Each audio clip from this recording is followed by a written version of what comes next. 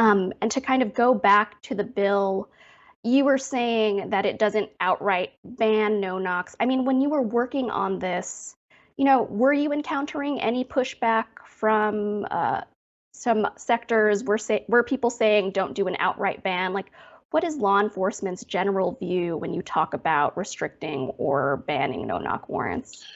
Well, let me offer you two responses to that. The first of which is to say that I have to give law enforcement credit where it's due. I didn't get much pushback from law enforcement at all around this conversation. I think they understood the content and the context of what we were dealing with at the time, and so we hand in hand with community groups to ensure that we found a responsible piece of legislation to address no-knock warrants. I did get questions around, and I did acknowledge at the outset of my testimony in the legislature as to why I did not seek an outright ban. And frankly, it's because I recognize that I'm not all prescient. I'm not omnipotent.